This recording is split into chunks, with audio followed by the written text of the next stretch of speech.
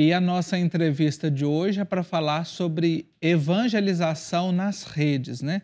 Esse bichinho aqui nos acompanha em vários momentos do nosso dia. Muitos de nós temos redes sociais, compartilhamos conteúdo, especialmente nesse tempo de pandemia.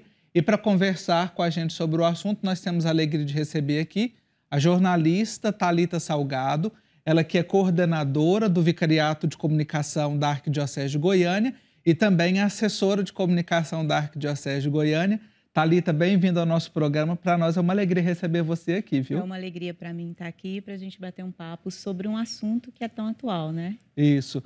Começa falando para a gente um pouquinho. Você já tem um tempo que dedica também aos estudos de redes sociais, trabalhar com rede social. Como é que você foi fisgada para esse universo? Eu acho que as redes sociais hoje elas são algo tão participativo na nossa vida que quando você vê, você já está integrado. E aí foi surgindo a necessidade de saber mais para comunicar, para estar onde as pessoas estão. E a partir desse chamado que o Papa já fala desde 2014 sobre redes sociais, sobre a cultura do encontro, surgiu essa necessidade e eu comecei a aprender, a lidar um pouco mais com isso. Passou do uso pessoal para um olhar mais profissional, mais evangelizador. Bacana. E você, aquilo que você leva como meta para o ambiente de evangelização, seja no trabalho profissional, na assessoria da Arquidiocese de Goiânia, também seja na instrução com os agentes de pastoral da comunicação, você leva também para a sua vida pessoal? Sim, eu acho que é muito importante que a gente veja hoje que o ambiente digital não é um ambiente diferente da nossa vida, do real. Ele é apenas mais um ambiente, como uma praça que nós vamos para conversar, como um lugar que nós vamos encontrar com as pessoas. Então, logicamente, a gente tem uma dedicação diferente quando é ligada ao trabalho ou à formação de PASCOM, porém a identidade cristã, ela permanece. Então, o meu uso pessoal é o mesmo do meu uso profissional também. Por quê? Porque o cristão, ele é cristão o tempo todo, né? O tempo todo a gente tem que mostrar essa alegria, essa vontade de estar com o outro e, claro, falar, apresentar o Cristo, que é o nosso grande chamado. Thalita, e a gente está vivendo um tempo que a gente, assim, teve um boom, né, nesse ambiente digital. Veio aí a pandemia, foram tão importantes mensagens, compartilhar mensagens de força, de apoio e especialmente de evangelização também. Como que a igreja vê essa realidade? Como que a igreja se comportou, eu digo, na sua realidade aqui, né, de Arquidiocese de Goiânia, para se adaptar? Porque eu acredito que muitos não tinham tanto acesso e tantas facilidades, mas que meio que foram obrigados a partir para esse mundo digital diante dessa realidade. Eu acho muito bonito, eu ouvi isso uma vez e eu vejo isso como uma grande verdade, como a igreja ela tem uma pedagogia. Como eu disse, desde 2014 já se falava em redes sociais, o Papa Francisco nas mensagens para os Dias Mundiais da Comunicação, ele já falava isso. E agora, devido à pandemia, foi um despertar. E graças a Deus a nossa igreja tinha muito onde a gente ter subsídio, ter uma ajuda. E claro, a criatividade, né? Que foi algo muito importante. A vontade de se aproximar, os padres foram desafiados, né? Sim. Não só os fiéis, mas todas as pessoas, seja no trabalho, na família, nós somos desafiados a usar as redes como um local de encontro verdadeiro. Complementar, nesse momento, ao encontro carne e osso, sem podermos nos encontrar. Então, a rede foi esse canal. E aí eu acho que a criatividade, o amor e, por que não, até a ousadia, né? De ousar, de experimentar. Porque nós temos um país tão vasto, com características tão diferentes, que cada local foi encontrando a sua forma. Aqui em Goiânia, a gente já tinha alguns padres muito comunicativos, mas a gente teve a alegria de agora ter muito mais, né? E eu acho que a evangelização ganha com isso, os fiéis ganham com isso e a Boa Nova, ela se expande. É bonito a gente pensar que quando a gente se vê privado, a gente também consegue expandir. A Arquidiocese de Goiânia tem feito um trabalho muito bacana de comunicação, de redes sociais. Eu acompanho, vejo sempre lá, né?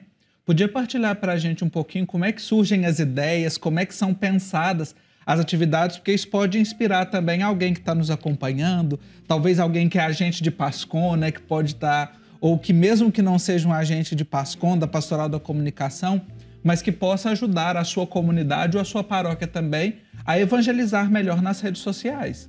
Eu acho que o processo criativo, ele vem justamente da observação, de você realmente se preocupar com a pessoa e saber que você fala com alguém.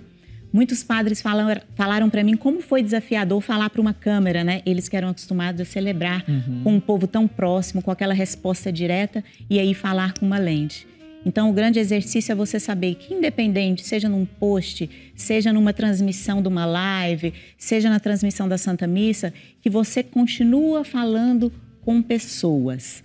E a partir dessa necessidade, como vocês têm esse retorno das pessoas que mandam mensagens, que escrevem no inbox, a gente vai sentindo, né, a necessidade das pessoas e começam nossos processos para criar lives, para criar interatividade. Então, tudo vem realmente da observação, da proximidade, do amor, né? E da dedicação, claro. Hoje vocês têm, assim, alguns trabalhos fixos, né? Tem programa que faz pela rede social, tem mensagem, reflexão da palavra de Deus, né? Tem. Eu acho que aqui eu volto a falar da criatividade. Às vezes a gente se preocupa em ter muita tecnologia ou muito conhecimento. Mas eu acho que a boa vontade, ela também é muito valorizada nesse momento.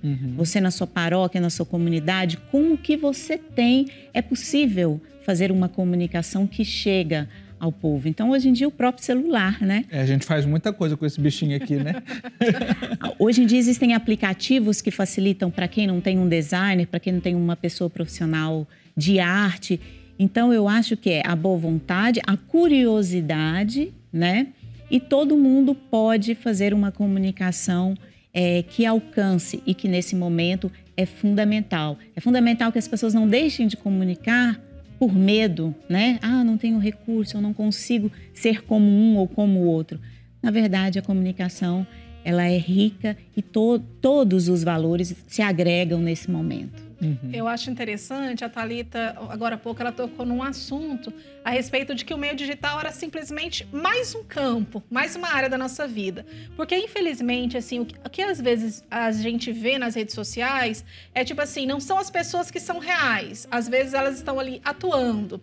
E quando a gente fala de espiritualidade, de evangelização, precisa ser totalmente diferente. Nós precisamos passar a credibilidade, a realidade daquilo que nós somos, que nós vivemos. Então, eu acredito que aquele leigo que está em casa nos acompanhando agora, ele também tem chance, tem espaço para partilhar, para gerar conteúdo diante dessa realidade de espiritualidade também. Sem dúvida, todos nós somos comunicadores e todos somos evangelizadores também. Como que a gente evangeliza? Às vezes a gente se preocupa, eu não tenho muito conhecimento teológico ou de conteúdos da igreja, mas você tem, por exemplo, se você contribui para uma cultura de paz, se você contribui para uma comunicação não violenta nas redes sociais, se você pensa nos seus comentários, se você agrega ali um espaço que cause comunhão, porque a comunicação, ela tem esse grande objetivo, que é gerar comunhão.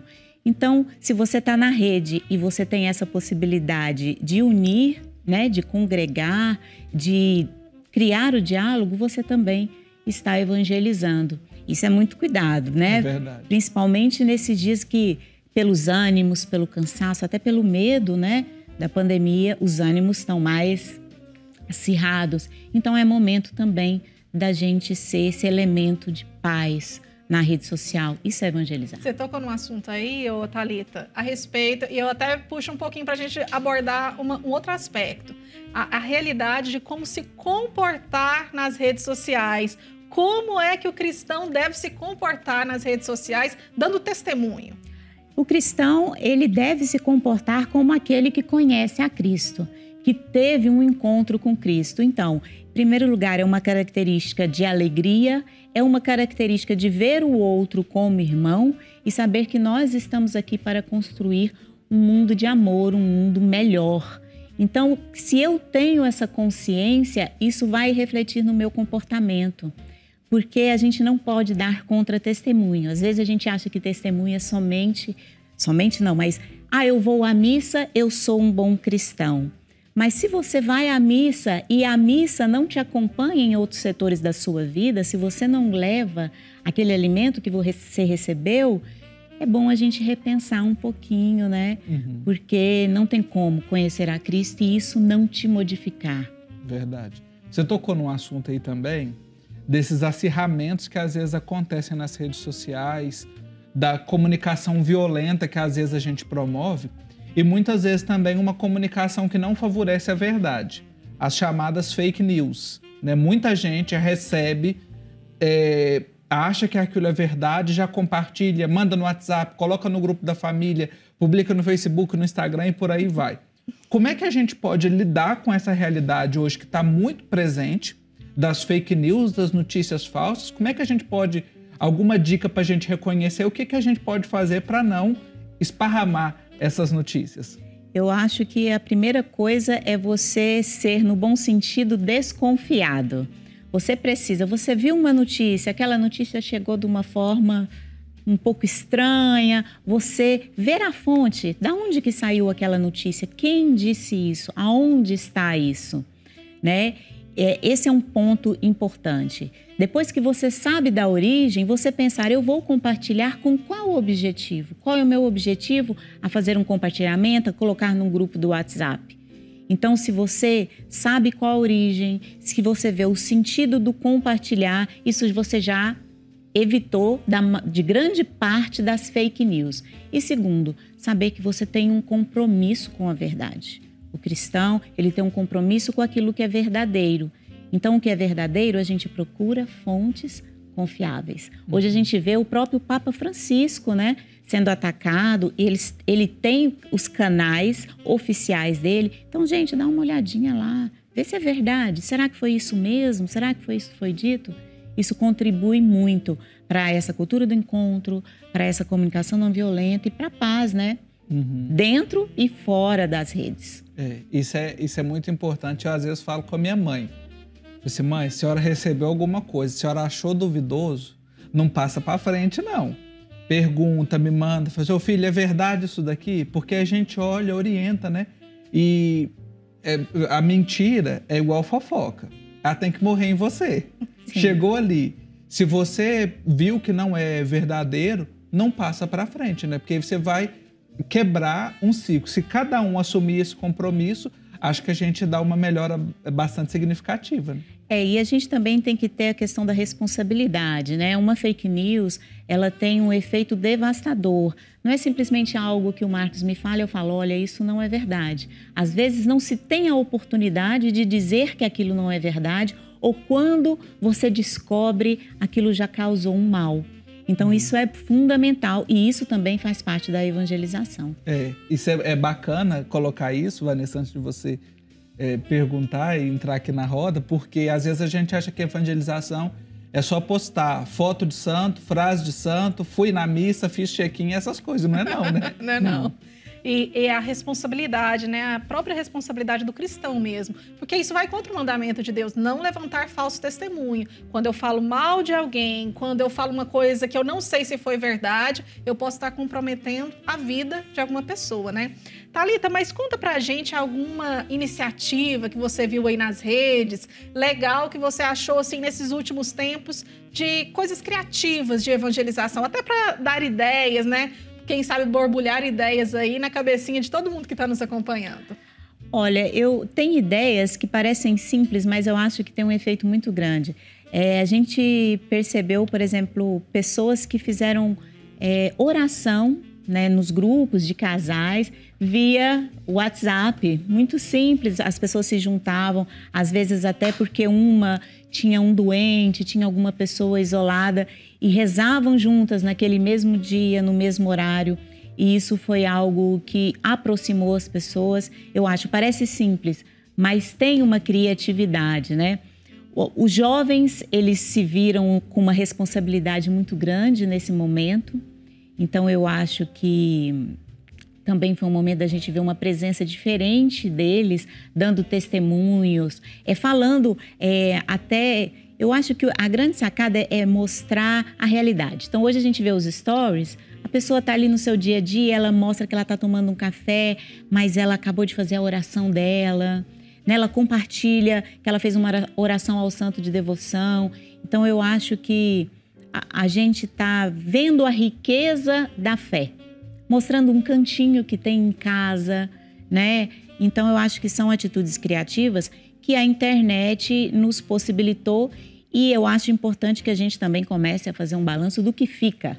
Porque a gente fala, é um momento de desafio, esse é um momento que a gente está sendo criativo, mas é momento de também ficarem coisas, né, que a gente poderia ter feito, poderia estar agregando na evangelização, e vieram para ficar, para melhorar. E sabe o que eu achei interessante? Porque a gente teve a onda das lives de cantores. Verdade. E os cantores católicos também aderiram a essa realidade, fizeram grandes lives nacionais, né? Assim, aberta para todo o país, para quem estava de fora também, é claro. E conseguiram também evangelizar de uma forma diferente, né? Com muita criatividade, segundo a espiritualidade. Os próprios padres, né? Fizeram momentos de oração, abriram às vezes na própria casa, rezando. Isso criou uma intimidade, uma proximidade. E eu acho que foi um momento que a comunicação teve muito a ganhar. Porque as pessoas perceberam que, poxa, eu também posso comunicar, eu também posso fazer parte. Claro que a PASCOM foi muito desafiada nesse sentido, com lives, com transmissões, mas todos os fiéis, né? Todos nós fomos desafiados a deixar o nosso testemunho, a falar da nossa fé, a nos aproximarmos do outro de alguma forma. E a gente viu o gesto, principalmente com os idosos, né? Muito legais, pessoas que deixavam recadinhos nas portas, que mandavam mensagens de ânimo. Tudo isso faz muita diferença. Aproveitar que a gente está falando de redes sociais, vou dar uma pausa aqui só para correr o olho aqui nas nossas redes, né? Para mandar um abraço também para quem ligou no nosso call center, como a Maria Macedo Fernandes, ela é lá de Pelotas, no Rio Grande do Sul. Ela pede oração, a oração por ela, nós colocamos, Maria, as suas intenções, e também manda um grande beijo para nós. E o Vanessa, um abraço. Então, para Maria Macedo, o nosso abraço, ela que é lá de Pelotas, no Rio Grande do Sul. Também registrando aqui a mensagem da Niceia Nilda Gonçalves. Ela está acompanhando o programa Pai Eterno, gosta muito de nós, viu? E pede oração por toda a sua família e também pela sua residência lá em Curitiba, no Paraná.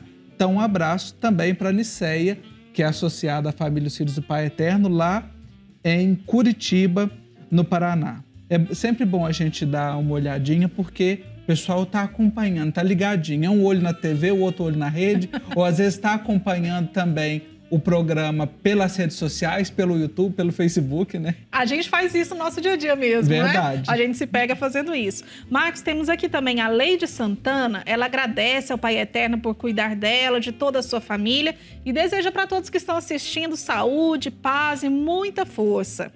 A Luzia Gurian de Oliveira diz: parabéns, queridos. Marcos, Vanessa, continue firme, o programa está muito bom, Deus abençoe vocês. Obrigada, grande abraço. A dona Terezinha de Abreu também já está sintonizada conosco neste momento. A Salete Terezinha diz que, graças a Deus, ela e a mãe dela já fazem parte dessa família de amor e que são só bênçãos na vida dela. Amém, que maravilha, né? Você que nos acompanha, que participa aqui, receba o nosso abraço, o nosso carinho, a nossa oração. Thalita, você tocou num assunto, antes da gente fazer essa pausa para mandar esses abraços aqui, da gente olhar também para aquilo que fica. Olhando aí, nós já passamos 7 meses que nós já estamos nesse momento de pandemia, né? Nesse clima de pandemia, com as nossas atividades modificadas e também com uma presença mais intensa na rede. Dando uma olhada assim para Thalita Salgado, o que fica desse momento? Se a gente for passar um pente fino, o que a gente pode tirar desse momento de dificuldade para a gente levar para a vida? Eu acho que fica a questão que nós sempre podemos fazer um pouco mais, sempre é possível, através da criatividade, nós chegarmos ao outro, que as dificuldades, se você imagina que antes da pandemia, às vezes a gente colocava tanto empecilho, né? Não vamos fazer isso. E a pandemia trouxe também esse olhar com as pessoas que às vezes estão impossibilitadas de estar perto de nós. Então, eu acho que o que fica é o cuidado com o outro, é sim voltar a nos encontrar pessoalmente, né? O abraço, o toque, isso é fundamental, mas que também nós continuemos a chegar nessa pessoa que às vezes está acamada, ou a pessoa que está longe de nós, ou a pessoa que precisa de uma palavra, não nos acomodarmos. Existem muitas pessoas que precisam de nós e eu acho que isso é o que fica, né? Esse esforço. Então eu peço, né? Eu que lido com redes sociais, gente, quando tudo isso passar, e se Deus quiser vai passar, que nós não esqueçamos da importância do encontro em todos os sentidos, que nós também não abandonemos as pessoas que se acostumaram com a nossa presença, a abrir a casa para nós, né? Então, acho que isso é muito importante. Todo desafio deixa para nós um amadurecimento e um avançar. E eu acho que isso que fica. E é bonito a gente perceber que é uma missão, né, Marcos? Aqui a gente tem um pouquinho dessa experiência também, porque por mais que estamos na TV, muitas pessoas nos acompanham por meio de live no Facebook, nos acompanham por meio do Instagram, e elas vão falando, e como você falou, é uma resposta imediata. Nós vamos rezando, eles vão respondendo, e a gente vai tendo esse contato e sabendo em que direção seguir, onde nós podemos ser conduzidos e guiados também. Acho, então, que essa missão é uma missão para cada um de nós, estarmos também presentes nas redes sociais. Sem dúvida, é a gente lembrar que essa rede é uma rede de pessoas, né? Então, cada pontinho de celular, de computador, é uma pessoa que está ali do lado, que tem uma história, que tem a família, que tem sua fé. E quando a gente compreende isso, a gente vê que riqueza que é. Na pandemia também a gente experimentou assistir coisas de outros estados, né? Sim. De outros lugares. E a gente se surpreendeu, eu pelo menos me surpreendi. E a gente vai aprendendo, como o Marcos Túlio falou. A gente vê outras realidades, a gente repensa a nossa, né? Então, eu acho que isso é muito importante. Que isso fique, que essa rede de pessoas, ela cada vez mais possa se expandir. E nós aqui hoje falando sobre evangelização nas redes sociais, chamando você também para evangelizar aí nas redes sociais, para testemunhar, né? Testemunhar a sua vida, testemunhar o seu dia a dia. Esse ano, para o Dia Mundial das Comunicações Sociais, que foi celebrado lá no mês de maio, o Papa Francisco nos chamou para a dinâmica do contar histórias, das narrativas que nós precisamos voltar, recuperar o sentido das narrativas, né? Todo mundo tem uma história para contar. Ninguém passa ileso e ninguém pode escapar dessa dinâmica. A nossa vida é uma história. Então, que a gente possa aproveitar também esse tempo que às vezes a gente passa, né, nas redes sociais, que está ali acompanhando, está compartilhando.